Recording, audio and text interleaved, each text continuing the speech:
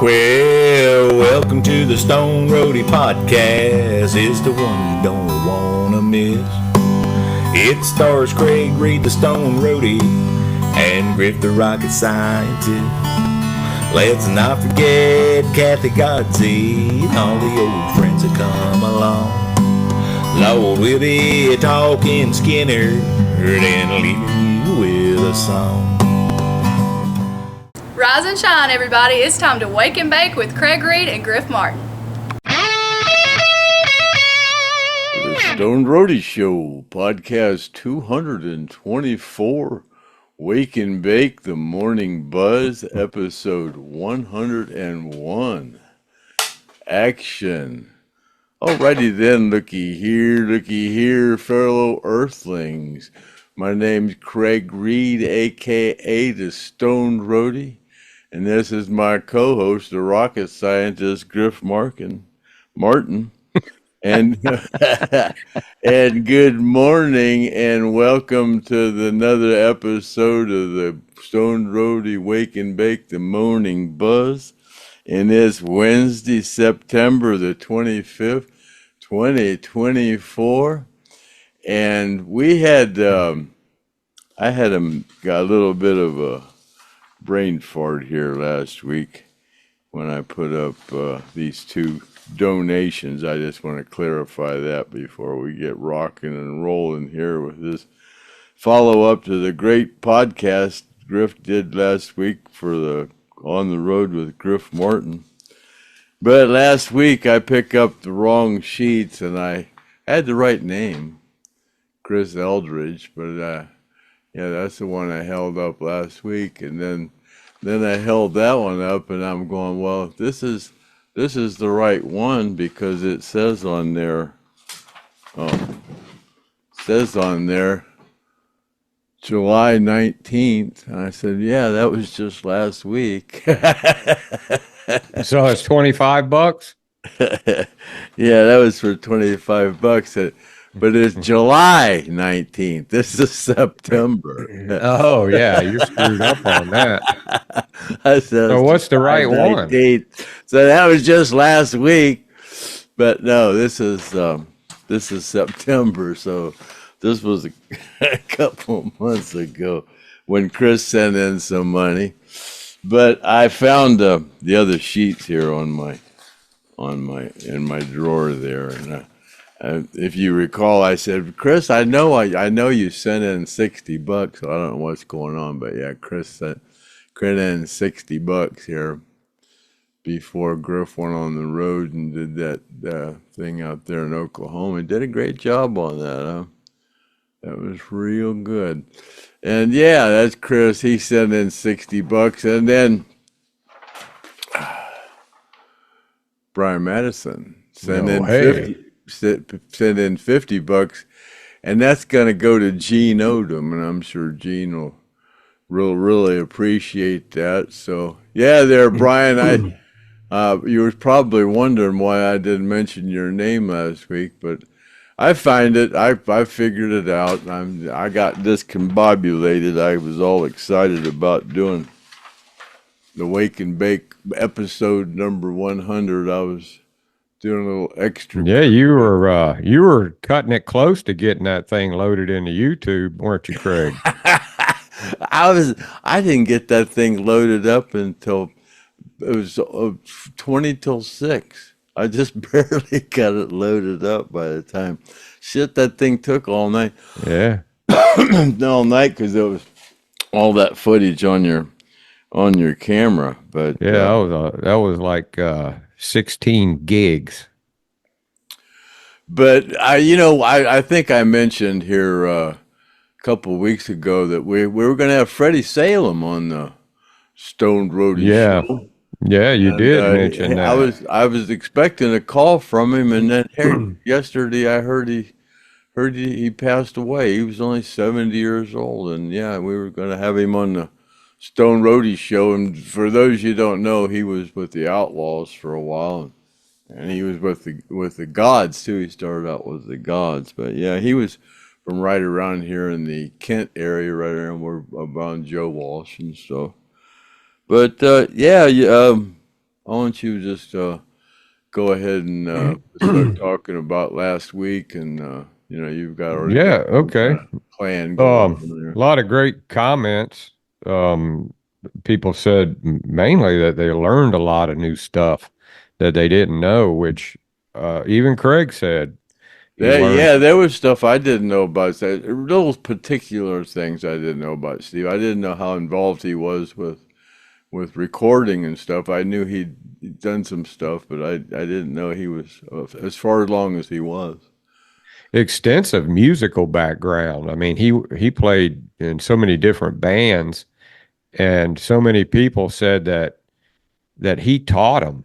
That Steve was like, he was known as the guy in Miami. He was the guy who played, and of course that other guy that that had, I forget his name, that he was kind of like ahead of his time, that he was in Cellar Door. Um, yeah, Sammy was talking about. But anyway, yeah, it was a really one of my most favorite on the roads, I have to say, because those guys were, the questions that I asked were genuine questions that I had of interest. I mean, it wasn't hard to interview him because it was something I wanted to know, and it was easy, but it needed to be done. Not too much information about Steve Gaines, huh, Craig, out there No, that, there was a lot of stuff. Yeah, that was cool. Seeing where his bedroom was, where Cassie's bedroom was, and where the park yeah. was right across the street, and all those little venues they had there to play in. And they made money. They made That good was really money. cool. Yeah. You heard Skynyrd struggling before they made it big, but those guys actually the one guy said it put him through college.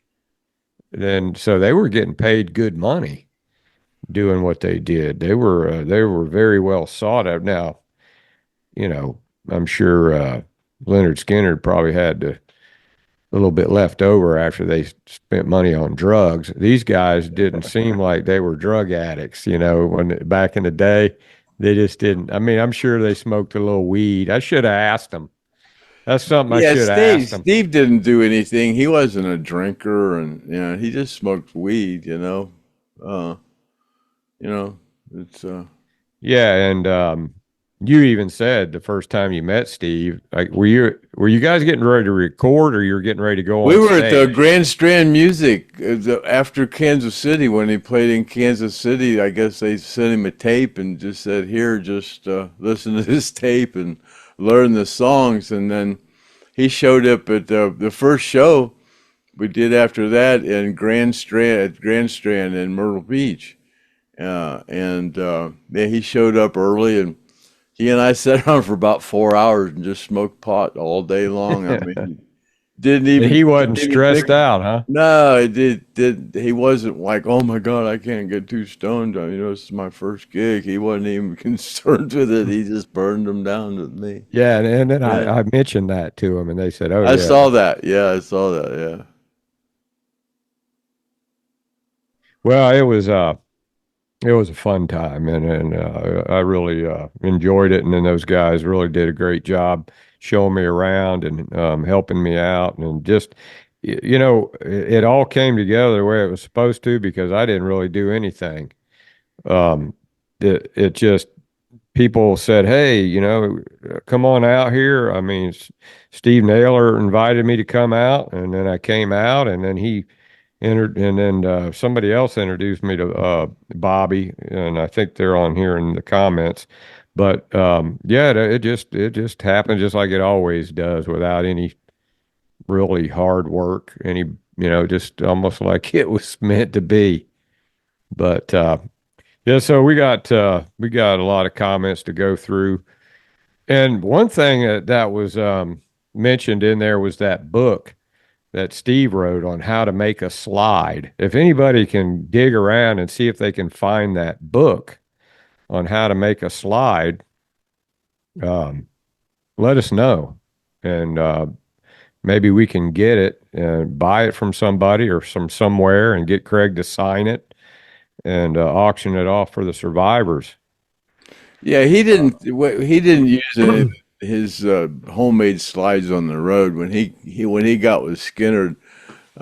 He had some of those, and I told him just to leave those at home because if he put them out on stage, somebody would steal them. So we got shit dozens of them damn things, and we just people would chase hands and steal them, and all the picks and slides and sticks that were laying around on stage always got stolen. So Yeah. I told him to just use some store-bought ones. So we had shitloads of them things.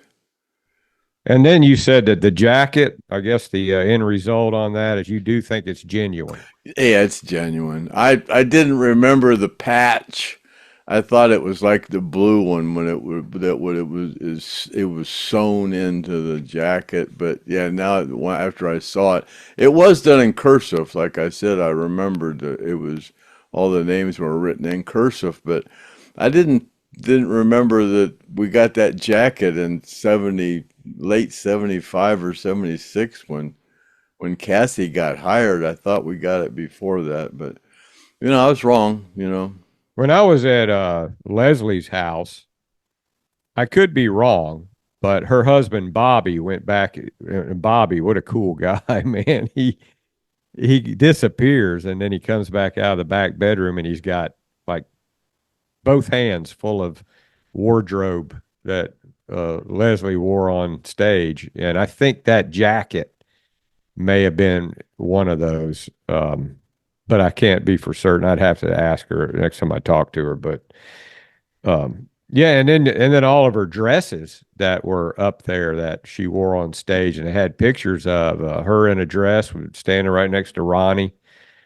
And you were saying, Craig, something about that Cassie had a scar on her lip from where she got bit by a dog, and I'm going to ask Bobby about that. Yeah, she had a thing right there on her lip, and I heard that a dog fang went through her lip. Yeah, and you could see it. Yeah. Yeah, it wasn't bad, but you could see where something had gone through her, or he had a lip injury or something. One of those kid injuries. Yeah, yeah. Yeah. But I'd heard that a dog bit her and the fang went through her lip. Yeah. Yeah, I'll ask Bobby about that. He probably know. And then and then I met this guy named Steve Booth that he was like Steve's best friend from what I understand. And I'd killed both my batteries and I didn't have any batteries left, and I needed to save it to videotape the concert, which, by the way, if nobody knows, the entire concert is on the Griff Martin file. So just go look on there and you'll see Lone Star Skinner at the Coleman on the Griff Martin files, and you can watch the Lone Star guys performing. Yeah,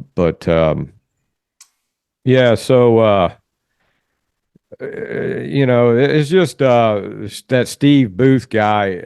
I need to get a hold of him, and maybe I can get him to come on the podcast, and that'll just be a follow up on the trip out there to Oklahoma. And I think I can get Bobby to hook me up with that guy, and I think he'll do it. He was a really nice guy because I grew up with a guy named Steve Booth, and I was telling the guy beat him up because he spit on my sister.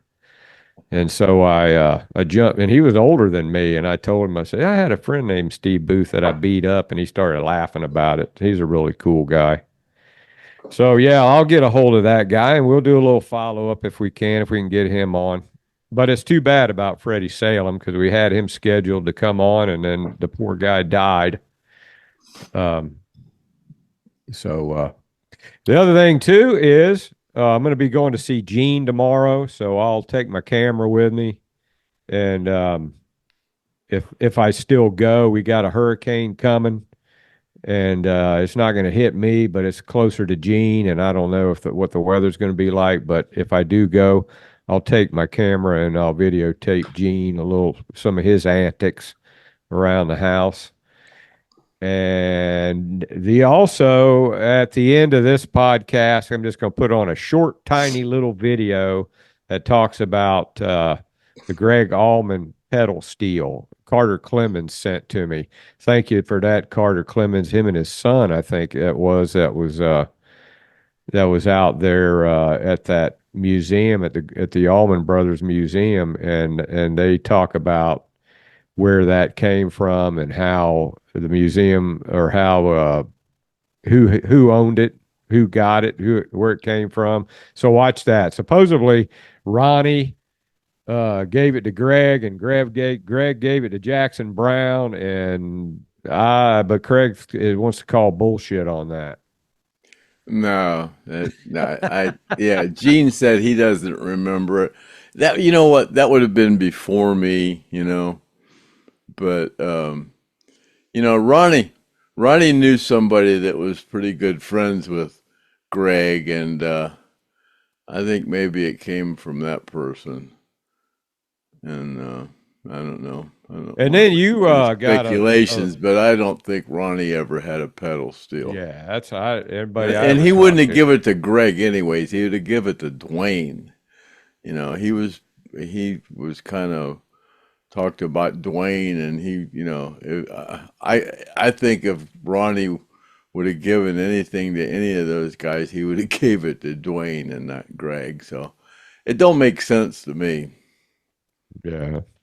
So if anybody knows anything about that, and not saying that they're lying, it just seems odd. Just doesn't make sense. Yeah, we report, you decide. Like it's always been. Just like the controversy with the Steve Vest and the 3 steps. Well, yeah, there was I was looking at something, and it was Steve Vest was talking about when they wrote 3 steps, and I thought I heard Gary talking about they were at the Hell House and they wanted to go get something up at to the store and get something to drink, and it takes 45 minutes, an hour to walk up to that store and then walk back. So he said him and Ronnie were just sitting around the Hell House just bullshitting, and they were supposed to be writing a song. They said, "Yeah, you guys go ahead and go up there and while you're gone, we'll write a song." And they were coming back and go, "Oh shit, we haven't done anything." And they said, "Well, let's work on something." And in just a couple of minutes, they came up with 3 steps. But then when I heard Steve Vest talking about it, he said that incident happened at that club, and that Steve had Ronnie and Alan in his Volkswagen, and then they met up with Gary, and Gary said, you and Alan and Ronnie just get in my car, and I'll take them home because it's more on the way than you taking them home. So Steve said and I don't even know who this Steve Vest is. I'm not familiar with him. I believe he's dead now. Yeah, he's dead, but I was asking for you to ask Gene about him. Yeah, he talks about Gene, that Gene had Gary, and Gene had Gary in the car, and then Gary took him, ended up taking him home, and Steve went home. But then I looked it up, and it said that Alan and Ronnie got writing credits for that. And then there was another story that said that after that happened, Gary and Ronnie and Alan were in a truck and they wrote that song in a pickup truck riding home from that thing. So yeah, I wish I could remember. I thought it was 3 steps, but it might have been another song. But nevertheless, Gary said that's what happened one time. They walked up to the store, and him and Ronnie wrote a song real quick when they were going. Yeah, maybe it was a different song, but it might have been. I don't know. It might come out somehow. But I have seen some of the Steve Vest videos, and then Chad, your son, a couple times he said, I don't think that's true. But Yeah, I don't I don't know. see how he would have I included. don't know who the guy is. I'm not I don't familiar see with how him at he all, would have but included Gene in the story if he was making up some shit. So yeah. I'll ask Gene tomorrow when I go to his house. I'll Ask tell him Gene what you who told me. that who Steve Vest is, if he's Yeah, full of shit. yeah, I'll ask him. So that kind of concludes the all the little jibber jabber surrounding everything that had to do with going up to Oklahoma, and then other little loose tidbits of skin formation, and we'll jump into these comments and questions, which we got about 20 of them. Right off the bat here, Kentucky Colonel, which I don't know Kentucky Colonel. If I'm mistaken, I haven't heard you before on here, man. And if you have, I apologize. But if you haven't, welcome to the podcast, and thanks for watching and commenting. Craig, if you still have that PV 120 watt amp, I think it's called a PV 240 combo with a single JBL 12-inch speaker. How much do you want for it if you still have it? Oh, I had an artist, but I don't have it anymore. You got rid of it? Yeah, yeah. I loaned it to somebody and never got it back. Well, how does this Kentucky Colonel know about that anyway, Craig? I don't have any idea. I probably mentioned I used to have an Maybe he's a artist. friend of yours and we don't know it. I don't know. Could be. Yeah. So there you have it, Kentucky Colonel. Sorry you missed out, but Craig's got a lot of other shit that you can buy from him. Yeah, I used to have an artist, but I loaned it to somebody and never got it back. And they're dead Yeah. now. Oh, hell. Maybe you will So get it's it hard back to somehow. tell where it's at now. Yeah. Hate when that happens. Yeah. Then Larry Tate, um, the uh, the disciple. When you asked that guy in the front yard who Steve Gaines was, that guy that I pulled up, and he was just a kid, really. Yeah, I saw that. Yeah, And yeah. I go, "Hey man, you know anybody that knows Steve Gaines?" And he kind of like look at me like, "Who's Steve Gaines?" I was like, "You don't know who Steve Gaines is?" No. Lynyrd Skynyrd, Steve Gaines? No. And then I didn't keep it on there, but he goes, "Are you recording?" And I said, "Yeah." And he goes, "I don't want to be on this recording." And I said, "Tough shit." That's And pretty I cool. They drove changed off. the name of the road from whatever it Yeah, was to the Gaines Gaines. It Lane. was Circle Drive. Yeah, to Gaines. That's pretty cool. And But then that, sometimes when you and then they're ask turning that people, into a bed and breakfast. That was yeah, a not a small house. That was a pretty nice sized house. well, the bedrooms were real small. I mean, the Yeah. bedrooms were like as big as my closet, as my walk-in closet in the Back in hall. the old days, bedrooms weren't real big. And Yeah. yeah, and Bob and Steve Gaines were in that bedroom, and it looks pretty much like it did. I mean, it's just, I think that's original paint Yeah, in old there. And houses didn't have real big closets or bedrooms. yeah, so Steve would sit in there and he wrote songs, man, in there and practiced, and then Cassie was right across from him. And yeah, it's crazy. And then it's crazy how he was in digging a ditch one week, and the next week he's opening up in Nebworth for the Rolling Stones. He said, "How the hell do I go from digging a ditch to being on stage with the Rolling Stones?" And Moose said that, he got what he wanted, man. He toured the world and he was on the big stage. And so he made his dream. So yeah, Larry. And then Larry He said, did, Larry, he did, but that watching that kind of made me a little bit sad, knowing Steve and Cassie and the short time that they had to live yeah, through Leonard's. Yeah, it's kind of sad that, that Cassie got involved and then got Steve involved and Yeah, and what he said about Cassie saying, "I'm not getting on the plane. I'll ride in the equipment truck." I Yeah. remember her saying that. I remember her being very adamant. "I'm not getting on that plane. I'll ride in the equipment Yeah. truck." So did Moose. So why she got on that plane? I don't know because the truck would have got there around the same to the venue about the same time the airplane would have the next day. So. I don't know why she just didn't ride in the equipment truck. Um, Yeah. or And the bus. Yeah, that I that don't know. was that She was talked pretty about it. I sad. remember.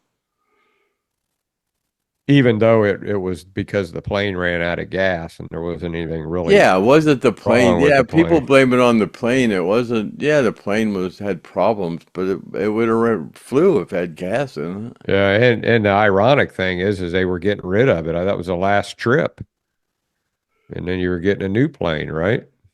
I don't think we're getting a new one. I think they were going to try to fix it. I don't think that leasing company had another plane. Well, I'd heard the story. Artemis said that Ronnie was going to make like Skynyrdville, like a little town where everybody lived together in harmony in the band, and they had a Learjet. And you didn't hear that story Artemis told? No, I didn't hear Yeah, that. on one of No. those podcasts. Artemis, he's got some damn shit now he talks about, and I think he believes it. So as long as he believes it, and who's to say it ain't true? And of Yeah, course, could be. I just then don't know. there was that story about Bob Gaines taking Artemis' place, and then they mentioned that other guy that they I were going. never heard anything about Artemis being replaced. Yeah, seemed I like you'd have never did. known. You were on the inside I click never of did. that. So, but Gene tells it. Of course, Gene. If he hears something, he doesn't always study up on it to see. Ought to test it and tell a story and see if Gene retells a story. But yeah. Um, so anyway, yeah. Then what else did we have here? Oh, Larry says Steve's bandmates from Crawdad, which was Moose, confirmed what I always noticed. Steve's level of musicianship was more sophisticated than Skynyrd's. Which, yeah, because he played jazz, and there's a lot of stuff that he I played that they agree. couldn't I agree play. with that. Yeah, he was more talented, in those aspects. Yeah, they said that, that he even said, "Do you think I'm good enough to play with him?" And they go, "Man, get the hell out of here. Yeah, you know what you're doing, man. They ain't gonna do anything but be happy they met you." So, But and that they was that were. was great when he was said that was the perfect song for him to set in on Tever, Texas. Yeah, because Because he played he the knew that slide on that. song. Yeah, Yeah, yeah, he knew that. He knew every song. They yeah. played all that top 40 stuff, and there wasn't anything they didn't know note for note. He said they were very accomplished, those guys, and Steve. I mean, that guy's he was a player. Um, then Paul 68, which I think that's Paul Conley, says, Griff, one of your best shows. Keep up the great work. Thanks there, Paul. I hope you're doing all right, man. Hadn't heard from you in a while, but give me a ring. And then Backcountry says, great job, Griff, on the interview. You guys have come a long way from number one. Great interviewing skills. Uh, yeah, like I said, man, it was just a matter of me asking questions of things I wanted to know. And I'm sure there's a lot of things people would ask him that I didn't ask him. But, heck, I put the one guy in the hospital asking him so many questions.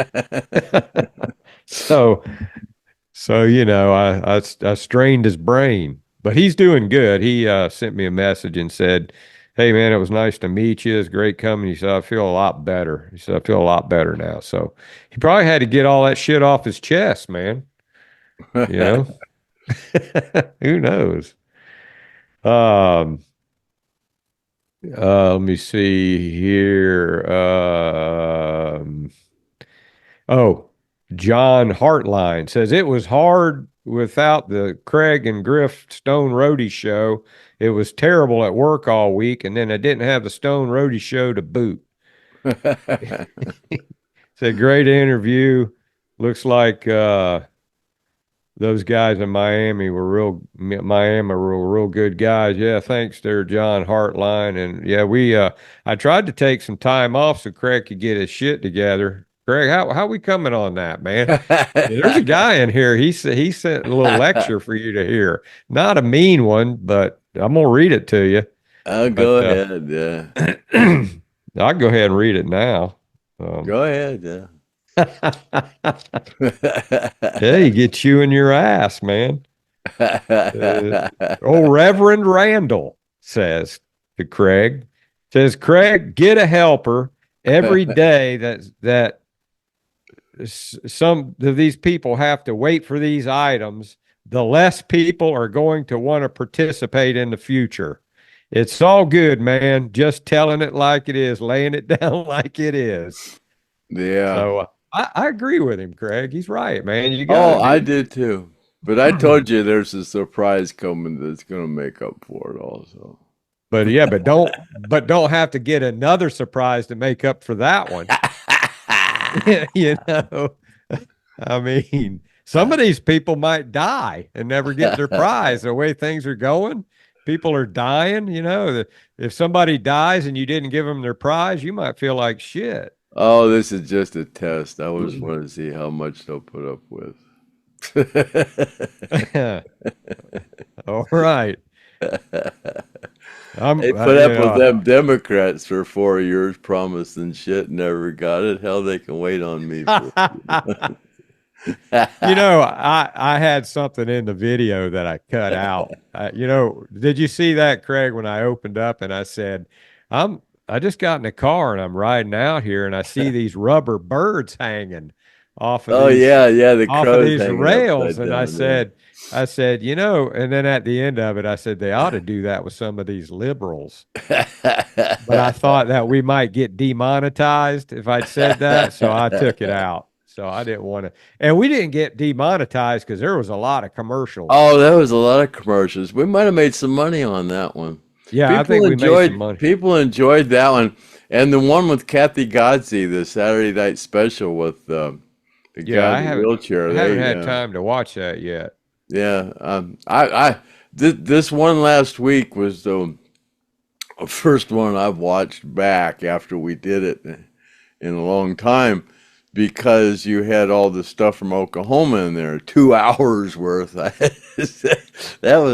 But it was very interesting. It went by pretty quick. Yeah, it was. You could all that sit stuff. there. Mickey Mantle's house and the dents in the metal building, and Mickey Mantle was one of my heroes. Yeah, he was. They had Gary a big. Too. Gary, all the although the Skynyrd guys, were. Oh yeah, that's other why guys.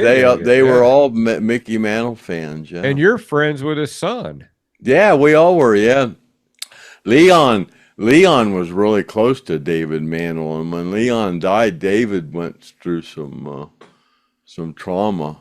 You think, did it have to do with the fact that he was from right next to the town where Steve grew up? Is that how they met him, or how do you think?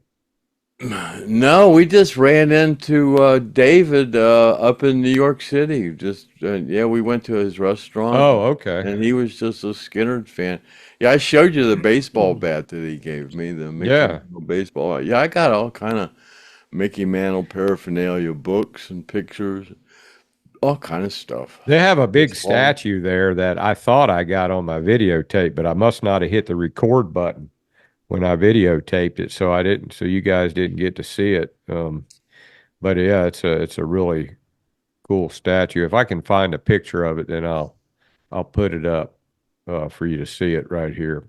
So that was, and then at the beginning also where I showed that river, and I said, I know Steve Gaines has been on that river, and sure enough, Bobby gave me those pictures of them on the river with, you see Ronnie standing there. You probably didn't see it, Craig, because you were. Yeah, I saw. I went back and saw that. Yeah. Yeah, and there they were in the little kayaks and everything on right there on the river where I videotaped.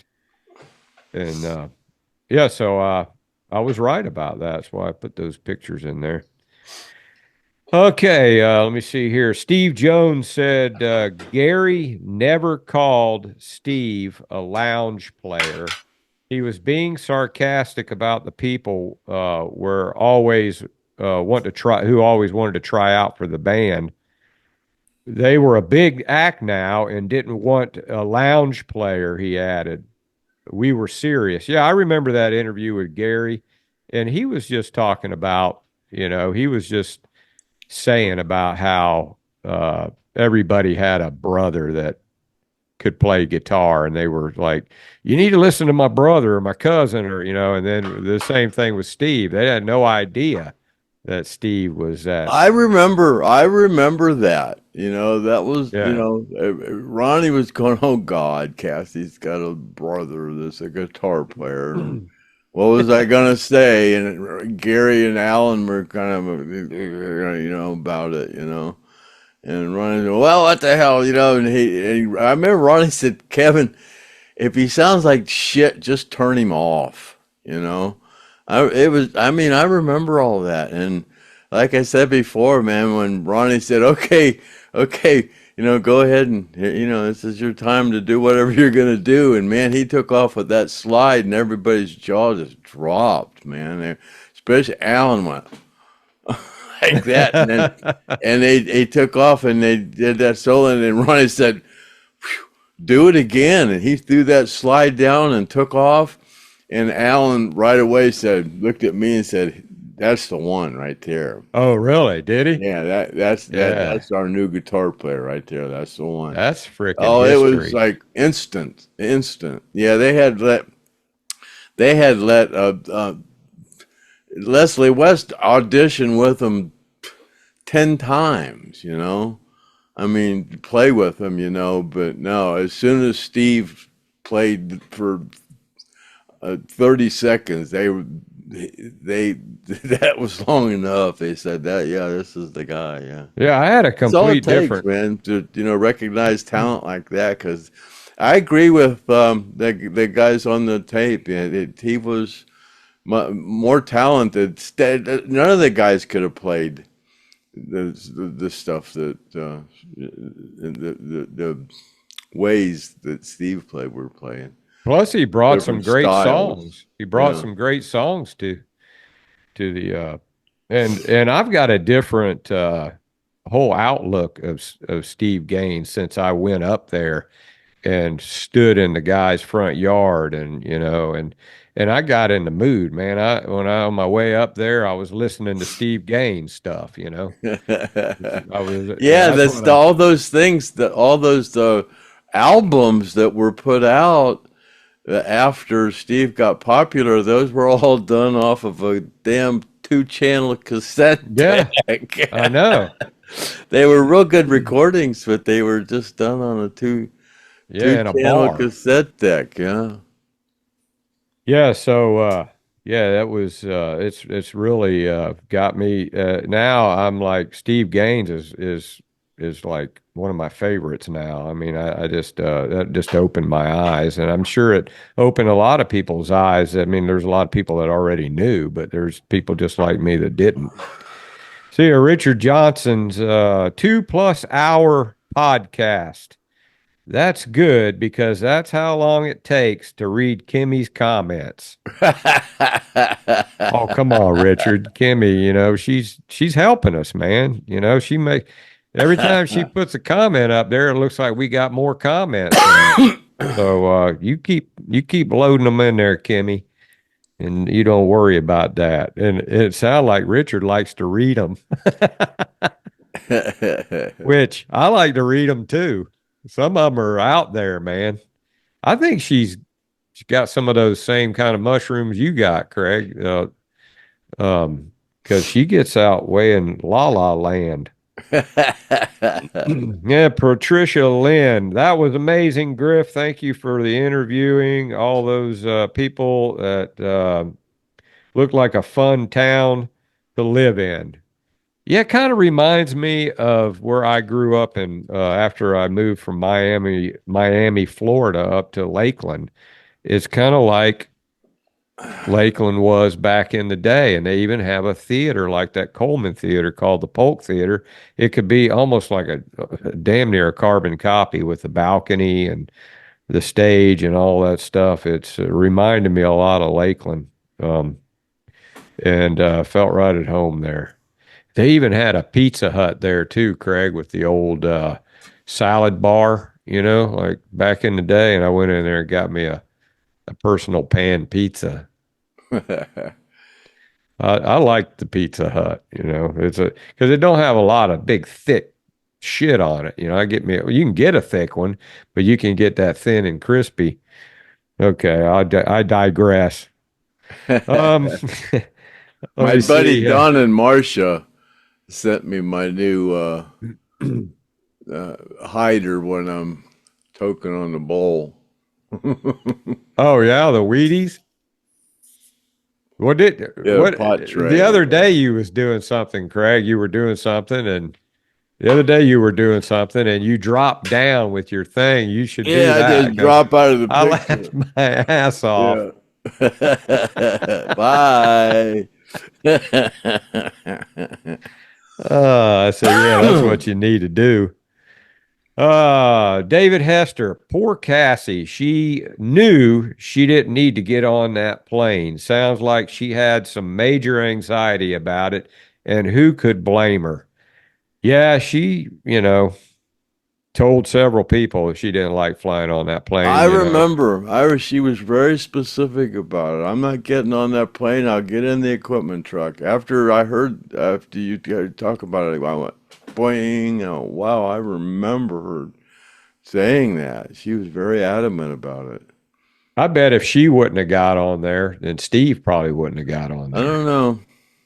It's hard to say, isn't it? Situation. That was a weird situation.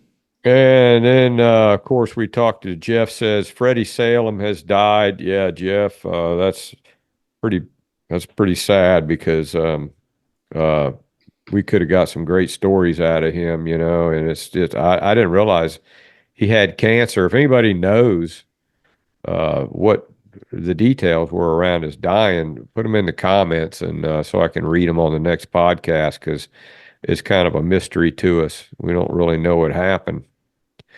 Because he seemed like he was okay.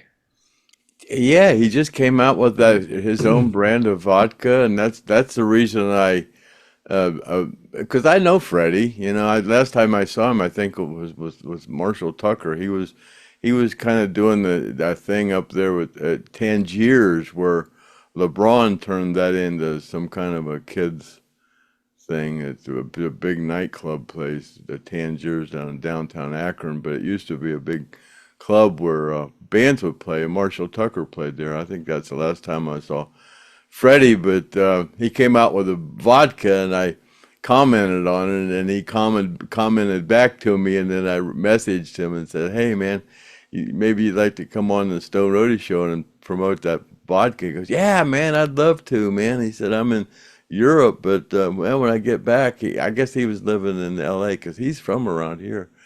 He said, yeah, when I get back, I'll contact you. So I was kind of wondering. I goes, wow, he should have got back. And then he died yesterday. I guess he had cancer. That was a shock to us. Yeah. Yeah. Yeah. He just got back from Europe. Wow. And the cake girl says this one was worth the wait. The last two podcasts were epic. Glad you put it all in one podcast instead of two parts. Old podcasts had questions about Steve, and for those that had those questions, this was the one to watch. Yeah, I know I promised about a year ago, I think it was. I said there's going to be Steve Gaines stuff coming up. I'm going to go up there and I'm going to do some digging around, and it just, took time because Yeah, I think it's without a doubt the most informative podcast that's ever been done about Steve. Without a yeah, doubt. I haven't seen anything on the because I No, was looking for not even stuff. close. No, not even close. Yeah, nobody's gone to his house that I know of, or unless they have and I don't know it.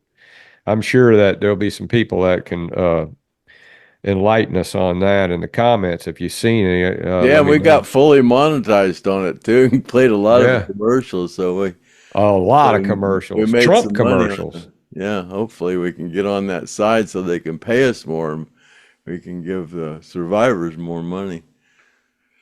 And Kimmy says, Fu Manchu, laugh my ass off, Griff. Oh, that was when I had that Fu Manchu and I was in that picture. I had that picture up of me with the astronauts and doing that astronaut training back when I was a young man. Yeah, that was kind of the style, that Fu Manchu, you Oh, know. I had a Fu Manchu too. I Yeah, think I saw a picture of you with the Fu yeah, Manchu. I had a big Fu Manchu. Yeah, everybody had the Fu Manchu, you know. I hadn't seen too many people with a Fu. You know who's got a Fu Manchu is that wrestler. What's his name? Uh, God dang. I can't remember his I name. don't watch much wrestling Oh, anymore. well, you know if I told you. It's gotten Put it in the way comments there, way subscribers. You know who way I'm talking funny. about. It's Yeah. ridiculous fun, especially the women. Oh my God, it's crazy. Oh, and then Sunflower says, I'm happy to see my hooking you up with Bobby pool paid off. You're welcome, by the way.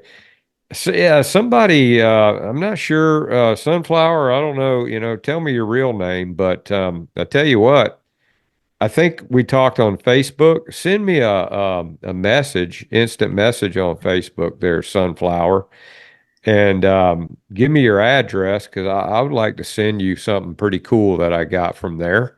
And I've been looking to give it to somebody, and you'd be the perfect person to give it to. So send me your address and send it to me in Messenger, and let me know. Put Sunflower on the heading so I know who it is, and I need your address so I can mail you something pretty cool. Samo or Sammy says that was an interesting one more from the road.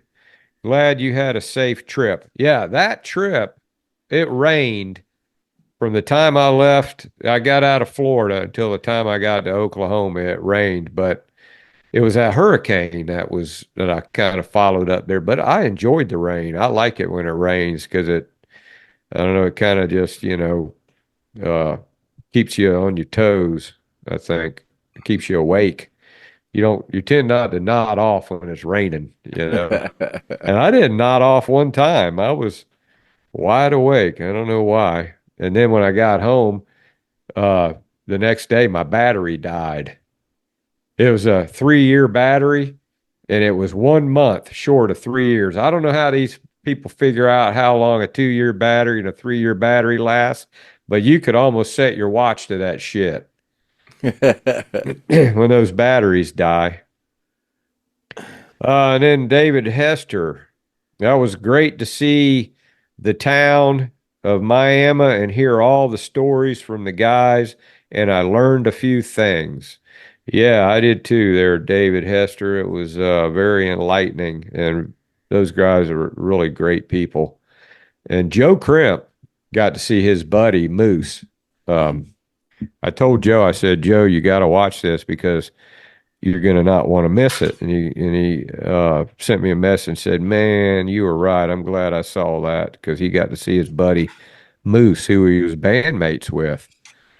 And I need to call Joe and have a little talk with him, see, because he'll probably straighten me out. He'll say, Griff, you screwed up on this, that, and the other because remember I told you. And then Tina Oresco. Amazing on the road. Such cool people in Oklahoma. Very interesting to learn about Steve Gaines. Yeah, yep. Everybody says the same thing. It's very enlightening. And then 316 degrees says, isn't that Kathy Godsey? 316 agrees. Maybe not. I know that's her favorite saying. Too many ads. There was a bunch of ads, right, Craig? Bunch of ads. Yeah. And Kagi, he says, that's Kent Griffith. This has to be the best, most informative one to date. I didn't see a plaque on the Wall of Fame for Ace Moreland on the Wall of Fame that had all those famous people from Miami. And yeah, I don't know why they didn't have that on there, Kent. But I think he's got a hold of the board that talks about that stuff, works on that stuff, and that guy, man, he's all over it. And if he sees something he needs to address, he's all over it like a fly on shit, that Kent. Rock On says he disagrees with Crawdad being better than Skynyrd as far as guitar picking. Who made who famous? Steve plays good guitar, but Skynyrd made Steve famous. Well, and I think He he didn't was say it saying, was better. It said that Skynyrd guys couldn't play that style as well right, as Steve yeah. did. That's what we're trying to emulate. Yeah, that's because he said they played all kinds of Yeah, different Skynyrd guys stuff. couldn't play that style like as well as Steve did. Yeah. That different style. It's just like anything else, when they brought Ed King into Skynyrd, that changed the sound. When they brought Steve Gaines into Skynyrd, it changed the sound. Alan changed the sound. Gary, they all had their little thing that they do that changes the sound. They all bring something, and Steve definitely reignited something in that band, that they Well, he lost brought when they. a vocal, but Ronnie was, you know, just about, he wrote about everything he ever done in life. Yeah, he was out of shit probably. And tried to steal things off other people's life as much as he did. And, writing songs, it's, if you don't write about yourself, you got to write about some other people or stuff that people can relate to. And it's, writing about things that happened to you seem to be the simplest. And a lot of things Ronnie wrote about got him in trouble at home. Where'd you come up with that? You remember when Moose said that, and it was when he was in Jacksonville, that Steve came out and they sat under the tree and he picked out, "You got that right." And he said Steve Gaines wrote that. Well, when we talked about the hook Ronnie wrote because he got it from and the then truck he said driver. something about, well, they co-wrote it. Well, that hook definitely came from Ronnie. That probably was the only line that Ronnie had in that song. You got Might that have been. right. Yeah. But that was the hook, so Because that came from the truck driver who, whenever he pulled up and you go, "Hey man, what's going on? There's a lot of traffic, huh? You got that shit you right." got that shit right. Yeah. Well, it's like that guy said. He goes, one time he was in the studio and they were writing this song, and they couldn't come up with the next line, and he said it just came right out of his mouth, and that happened. It filled in that line, and it turned to be out the title of the song. Yeah. He never made a And never dime got off paid. of it. Yeah. He never That made sucks. a dime off of it, and it became a popular song because of his hook. Right. That one line and the hook And made the song, and he never made a dime off of it. I've heard so many stories about that kind of stuff that happens, and that's kind of what's followed me my whole life is like I've got like things that ideas and inventions I came up with at work, and a lot of engineers stole that shit from me, man. I look at it, and the guy freaking took credit for my idea over and over again, and it pisses you off. Ronnie asked me how I would word something more than a few times. How would you say that? Did he ever listen to you? And then put it in? That one time when it comes to a fix, not afraid to fight, you got that right. I said, when it comes to a fix, I like to fight. And he said, well, I like that too. He said, but I'm getting to be like Jesse James. He says, I don't want, I'm a singer, not a fighter, so I'm trying to work around not going in that direction, so No instead shit. I like to, That's an exclusive, Craig. instead of saying I like to fight, I'm not afraid to fight, and So that's that's why he another said it. line He in that didn't, song. yeah. That's why he said it that way, not afraid to fight, because he didn't want to emulate the image of that he was out like Jesse James looking for a fight, because he got on in enough of them as it was. Yeah, in every interview they always brought that up, They would always Yeah. bring up the fighting Yeah, he part. was getting an image of a fighter, That's why he was always beating on my door. Do I have a friend? Yes, just like Jesse James, everybody's wanting to fight Ronnie. And that one guy who Said, took man, I'm a Ronnie's singer, not a fighter. the guy took his hat off of Ronnie's head and put it on his head. And Ronnie let that go until the guy kept up, right? And Yeah. yeah. Well, Craig, that's all the comments and the questions, and it's Wednesday. We said we'd go over everything that came from on the road, and we pretty much did. And if there's any other questions anybody's got, they want to ask me or about what happened or something Craig can answer there, then just put them in the comments.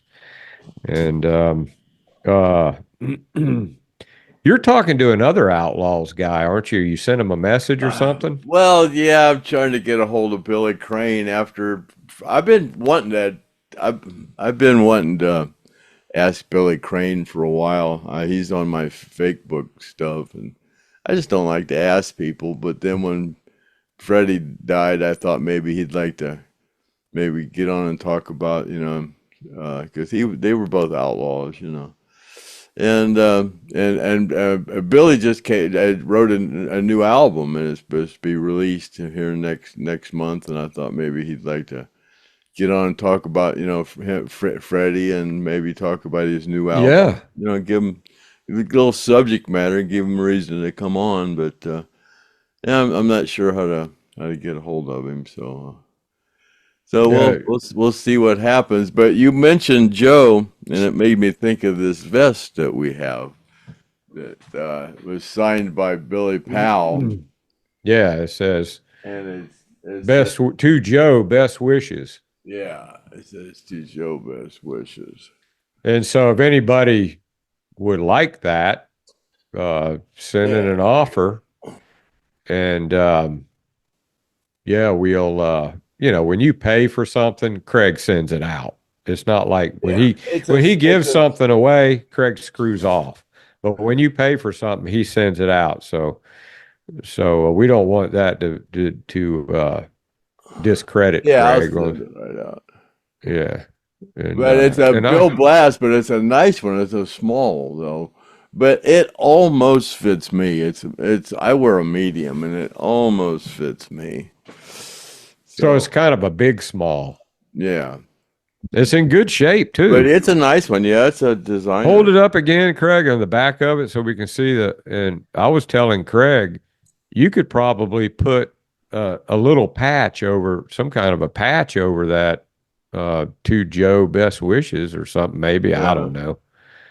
But I don't think you think you could get that out with some kind of a cleaner? I don't know. Maybe a dry cleaner could. I don't know. But if we could get somebody named Joe. Yeah, I've got a little midget friend named Joe, but I don't know if he's kind of a Jewish Joe. But we're taking bids on it. We had this. My nephew gave this to me.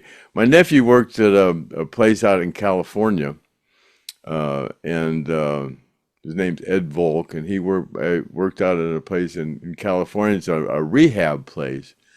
And the name Lynyrd Skynyrd came up, and Ed said, "Yeah, my uncle worked for Lynyrd Skynyrd." And they goes, "Well, Billy Powell was here at this rehab center out here." So he said he signed one of these for the guy out there, and the guy donated it to my buddy or to my nephew Ed, and he sent it in for us to auction off for the survivors. So that's what we're doing.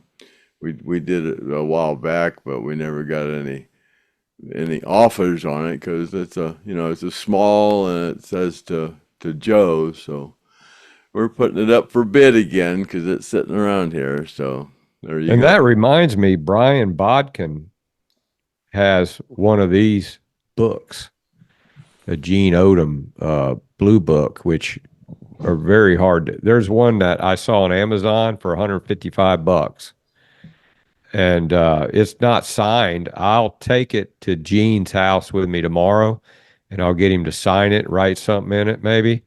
And we'll, if anybody's interested in that, I don't know how I could get your name on there because I think I'll just get Gene to write a little something in there because just like with that vest, when you put your name on something, then it's harder to sell. You know, if you didn't have your name on it, it's easier to sell. Like this book here, he wrote in this too, to Ken McManus, and then somebody came on here and said, "That's my father. That was my father's book." And I said, "Do you want it back?" And she goes, "No." How did you get it?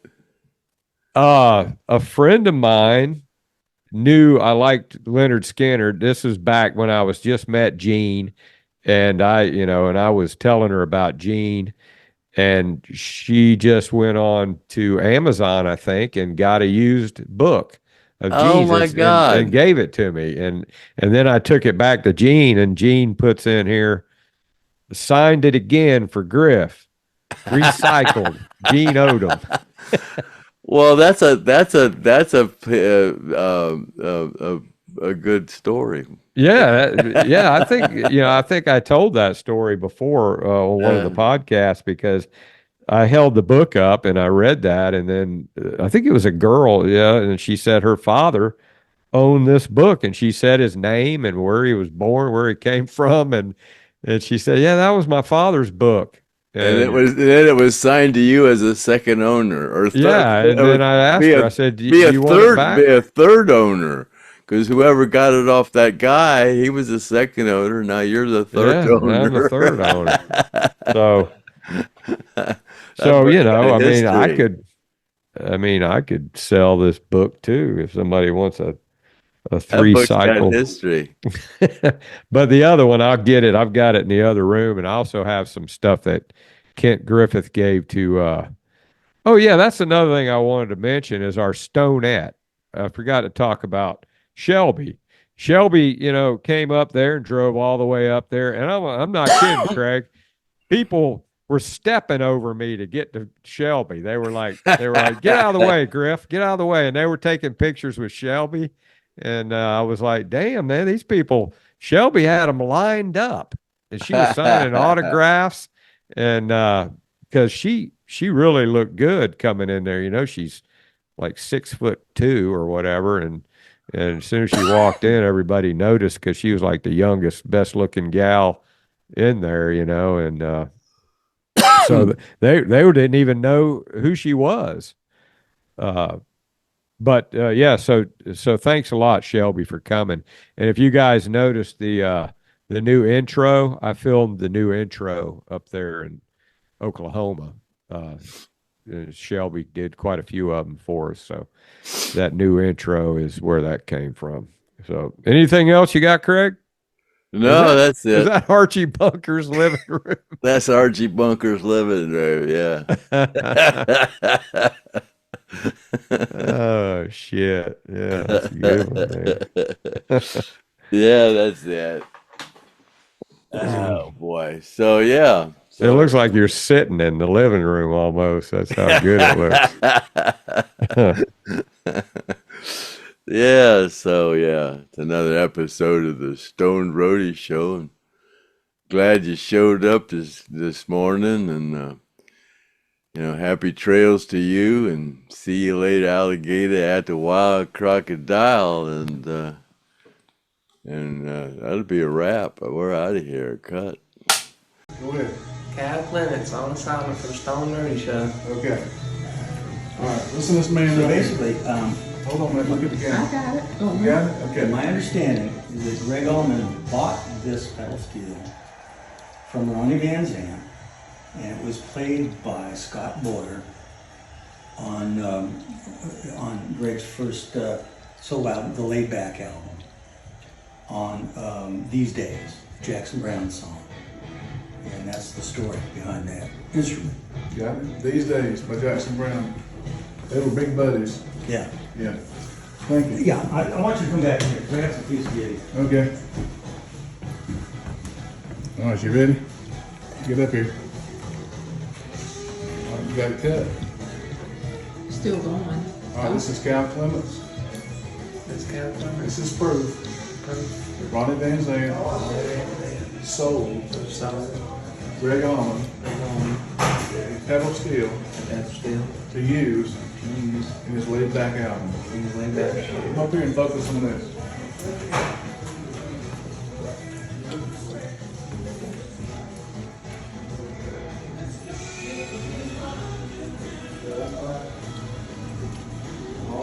Now, look at Cal one more time. So subscribe to the Stone Roadie Show. Subscribe to the Stone Roadie Show. Subscribe to the Stone Roadie Show on assignment for Craig Reed. So he can give us our orders to come and investigate this. This is living proof that Ronnie Van Zant did sell Greg Allman a pedal steel to use on the laid back album.